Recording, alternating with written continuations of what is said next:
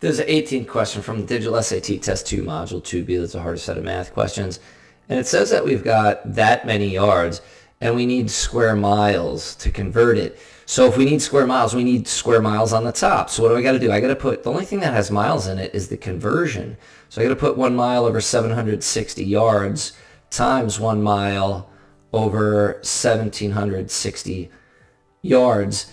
And now I've got miles squared on top. I got yards squared down below. I got to get rid of yards squared because yards times yards, yards squared. So you multiply by 863 million, 11,863,808 yards squared up top. Now yards squared cancels with the double yards in the bottom, and now you've got miles squared on the top. Throw it into Desmos, boom, and it's right here, and you get 3.83, which is your answer. Mark B, move on. See the following video, check us out on YouTube. Go to IB Masters Learning Center, playlist, Test 2 Module 2B, the longer videos above these shorter videos, and have a great day.